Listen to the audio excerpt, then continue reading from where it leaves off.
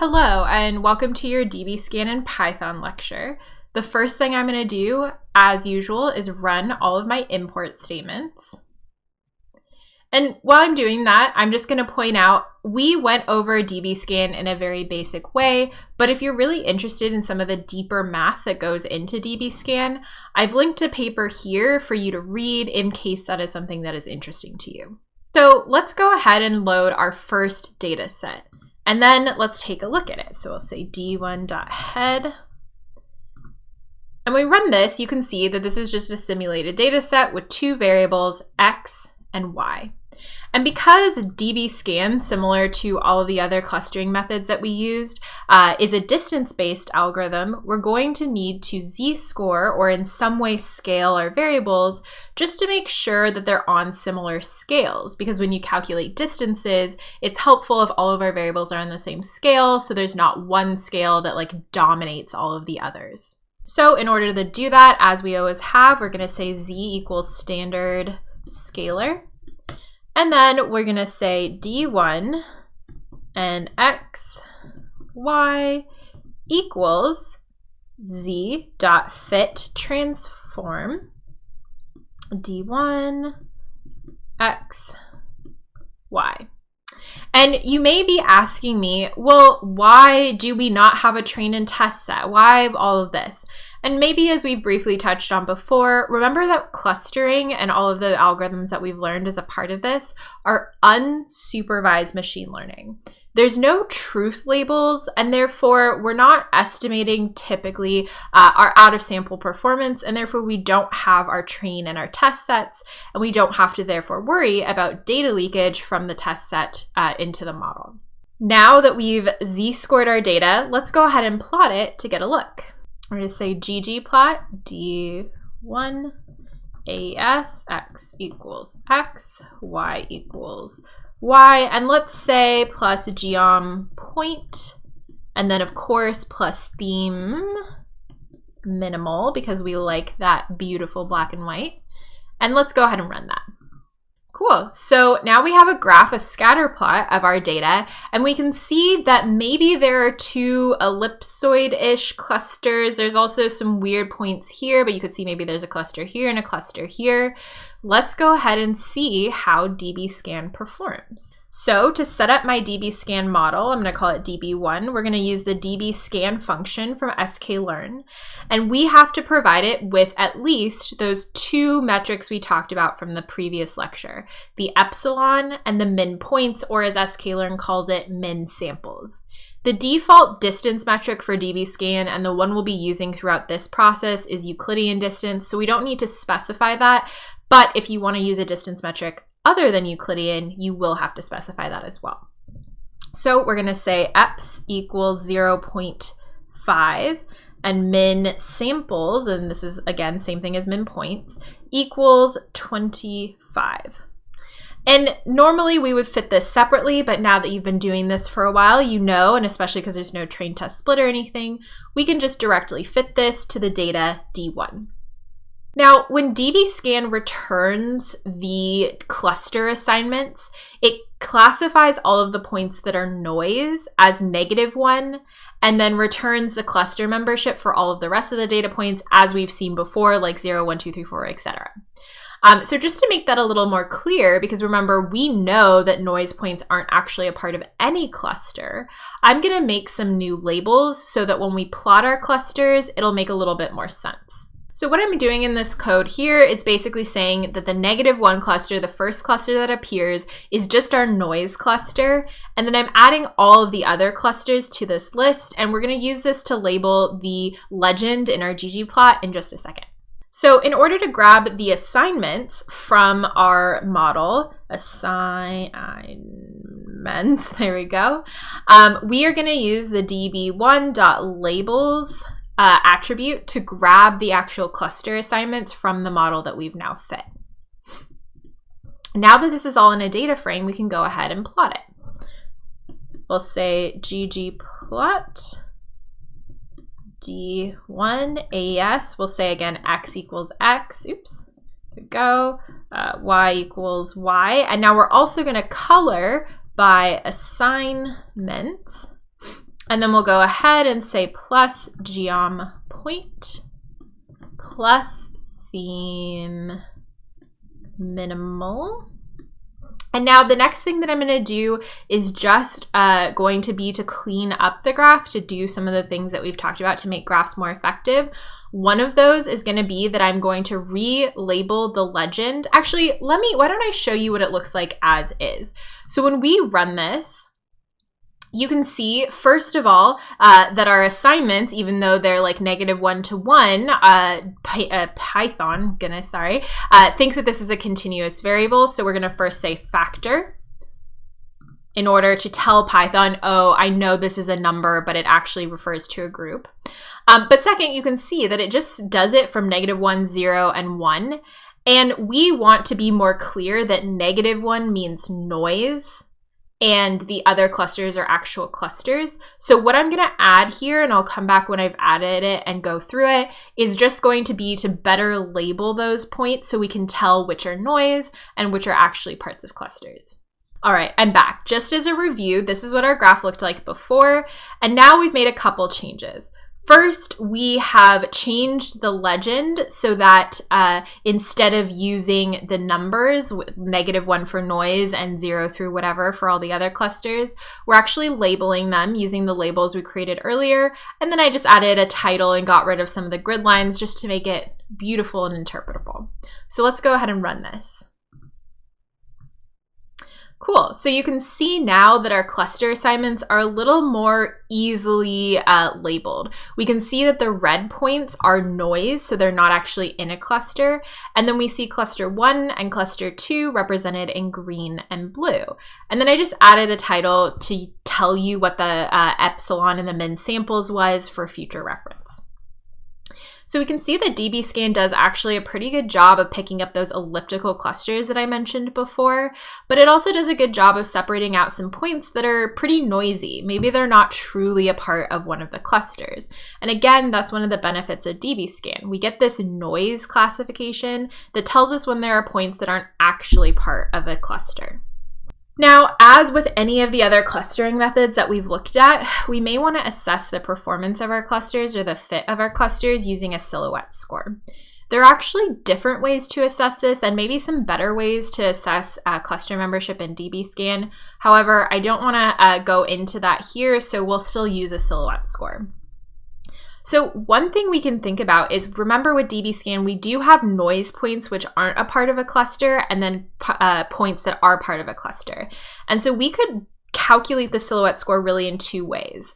One would be to calculate it using only the data points that are part of a cluster, and one would be to calculate it using all of the data points where noise points are calculated as their own cluster. So first I'll show you how to calculate the silhouette score when we only look at data points that are not noise.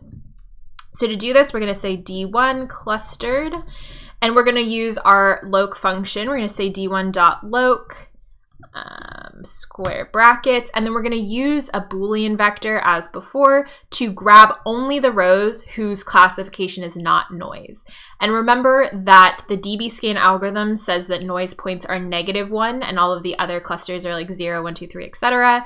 So we can do that by just saying the assignment is greater than 0, because if their cluster membership is greater than 0, it means it's not a noise point. So once we have that, we can use the silhouette score. It's always very difficult to spell. And we can say D1 clustered, and then only grab the columns that we want, which are X and Y. Then we need to tell the silhouette score what the actual assignments are. So we'll say D1 clustered, and assignments, because that's the column where our actual cluster assignments are stored. So let's go ahead and run that. Cool, we can see our silhouette score is not bad at all. It's about 0.6169, so about 0.62, which definitely means our clusters are pretty cohesive and separate, at least when we're considering only the data points that are clustered and are not noise. However, technically we could also calculate the silhouette score, including the noise cluster as its own cluster. This makes a little bit less sense in DBSCAN because the noise data points aren't really a cluster, they're just all of the data points that didn't fit anywhere, but technically you can do it, and sometimes you'll see people do this, so I thought I would include it. So we would say silhouette score and say D1 bracket X, Y, and then D1 bracket assignments.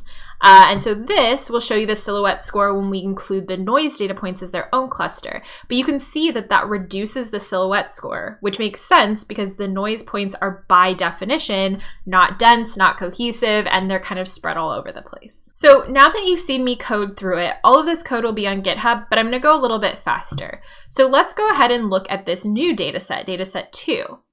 Interesting. Okay, here we have 3-ish clusters maybe, or maybe just a blob of points. My brain is trying to tell me that there's 3 clusters, like 1, 2, 3, but they're definitely not that dense and they're a little bit overlapping. So let's see how DBSCAN handles this.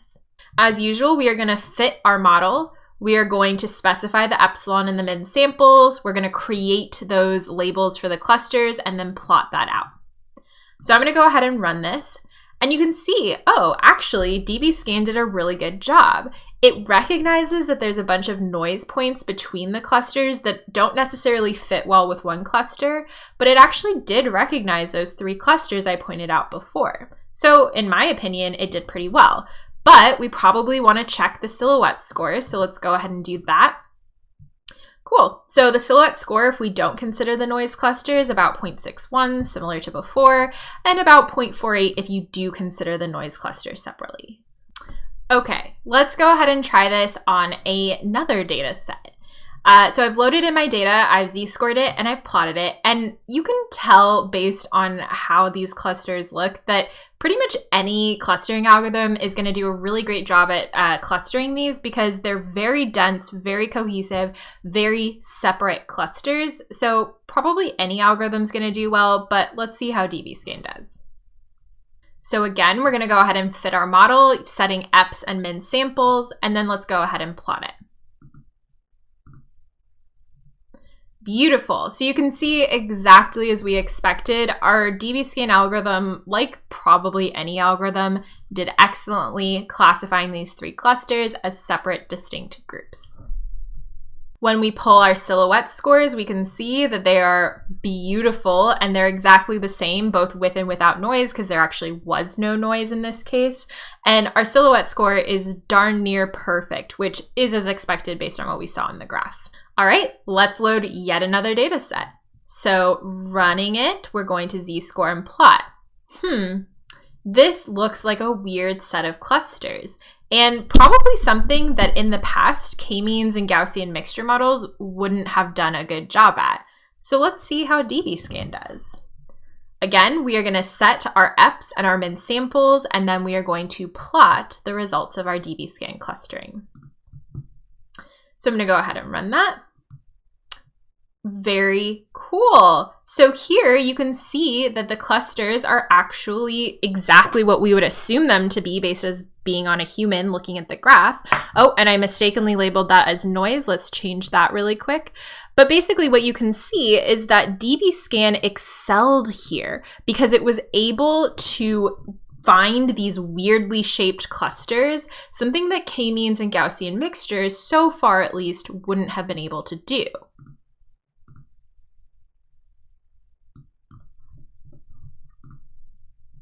So I just went ahead and reran that because it accidentally was labeling one cluster as noise, but this is actually the cluster assignment. It has this center cluster and then this outer ring cluster, and DBSCAN has absolutely no problem detecting these clusters. But let's see how some of the other clustering methods we have learned might do on this exact same data set.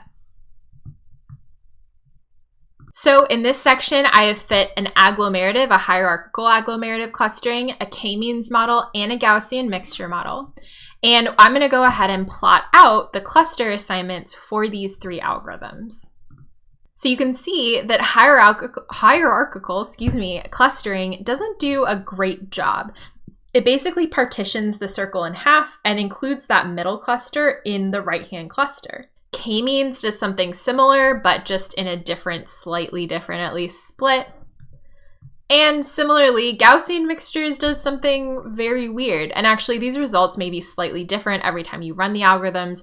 But what is clear is that these types of models weren't really able to do the same thing that DBSCAN was, which is just to distinguish the fact that there is a cluster in the center and then this weird outline cluster of the ring around that circle.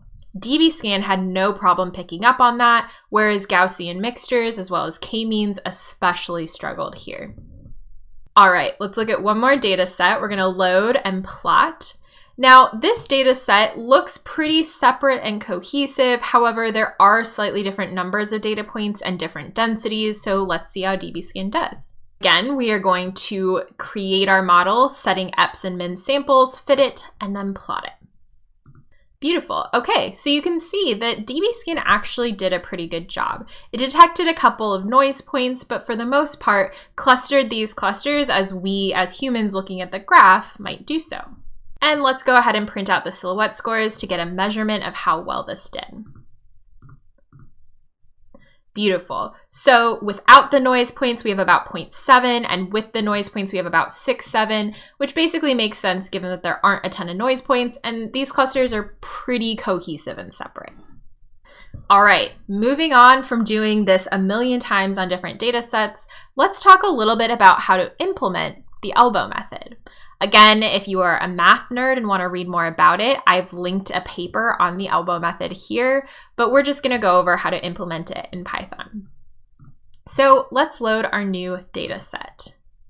Okay, so we have this data set, maybe it looks a little bit familiar from the lecture, and we are going to use the elbow method in order to determine what our neighborhood, our epsilon, should actually be for DBSCAN. So I've decided that I'm going to use the min points value of 3 based on looking at this graph and seeing how dense it is. So I'm going to say mins equals 3. And we're going to use this nearest neighbor function that comes from sklearn in order to figure out how far our third nearest neighbor is for each data point in order to make that k-dists elbow graph we saw in the previous lecture.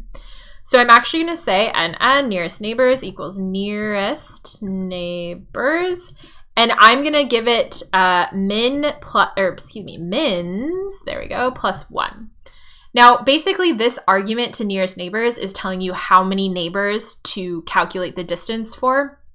And the reason I ask for mins plus 1 is because it actually calculates the distance between the data point and itself and counts that in its nearest neighbors. But we don't want to count the data point. We want its third nearest neighbor. So we have to get the distance for it to itself plus the other nearest neighbors, which is why we say mins plus 1. So whatever the minimum points you're using, add 1 and use that as the argument for nearest neighbors.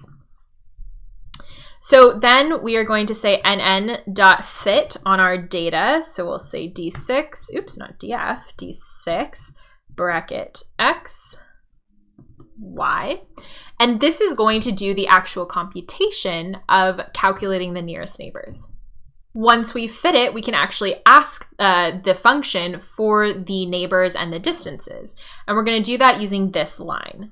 Distances equals, or excuse me, actually distances neighbors, because we want both the distances and the neighbors, equals nn.k neighbors, can't see that, and then we're going to say d6 bracket, oops, there we go, x, y. So let's go ahead and print out the distances just so you can see what this looks like.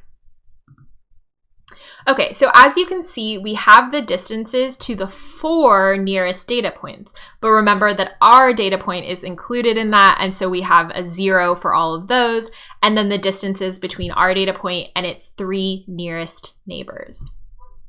Okay, so now that we have the distances, we're going to take only the distances to the third nearest neighbor. So those are all just like this column, and we're going to sort them. So it goes from smallest distance to your third neighbor to largest. And we're going to do that by saying distances equals np.sort.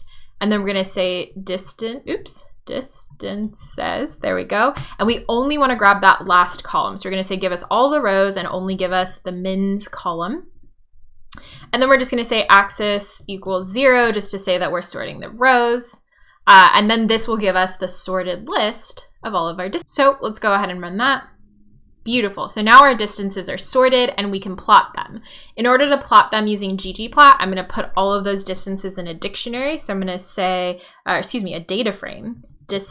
Distances, oops, there we go, TF equals pd.data frame.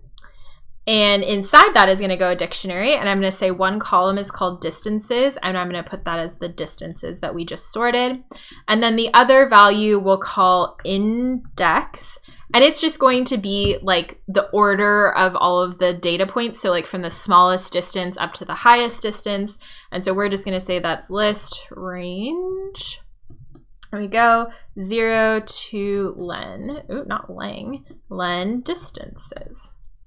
So once we go ahead and run that, we can see that we have a data frame with all of our data, and let's go ahead and plot it. All of this code is available on GitHub, but I am going to just copy and paste it because it is trying to make a very pretty graph, and I don't want to spend the time typing all of that, so I'll be back in 1 second with that. All right, now that we have the plot, and all of this is like not necessary, this is just to make the plot dark themed because this is the plot that I used in your lecture. But let's go ahead and take those distances and look at the k-dists graph to find the elbow to see what the epsilon should be. So we're gonna go ahead and run that. Beautiful. Okay, so we have this great graph of our k-dists to our, basically in this case, our third nearest neighbor, and we're trying to find an inflection point. I would say that the elbow or the inflection point is probably around here. So I'm going to choose my epsilon to be about 0.45. It's not an exact science. You could calculate this more accurately, but for our purposes, I think 0.45 is as close to this elbow as we really need to be. So you can see that as we did before, we've set up our DBSCAN, but now we're using the epsilon based on that elbow method that we just created.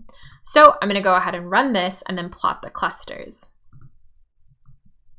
So you can see that this did an interesting job of clustering everything. It for sure recognized that very dense cluster up on the right-hand side, and it actually recognized another cluster in the center of this very spread out diffuse cluster, and then a ton of noise points around that. Maybe this isn't a really bad clustering of it, but we can also print out the silhouette scores to see whether these clusters are cohesive and separate. So I'm going to go ahead and print out the silhouette scores both with and without the noise. And you can see that when we don't consider any of the noise points, the clusters are actually pretty cohesive and separate, but with the noise points, there's a lot more variation, which makes sense. So just to review, in sklearn, you can use the DBSCAN algorithm by setting the epsilon and the min samples and fitting our model. If you ever need to choose your epsilon based on the data, we can make this k-dist graph, find the elbow, and use that as our epsilon instead of having to choose it just based on our expertise based on the data. All right, hopefully that helped. I will see you guys next time.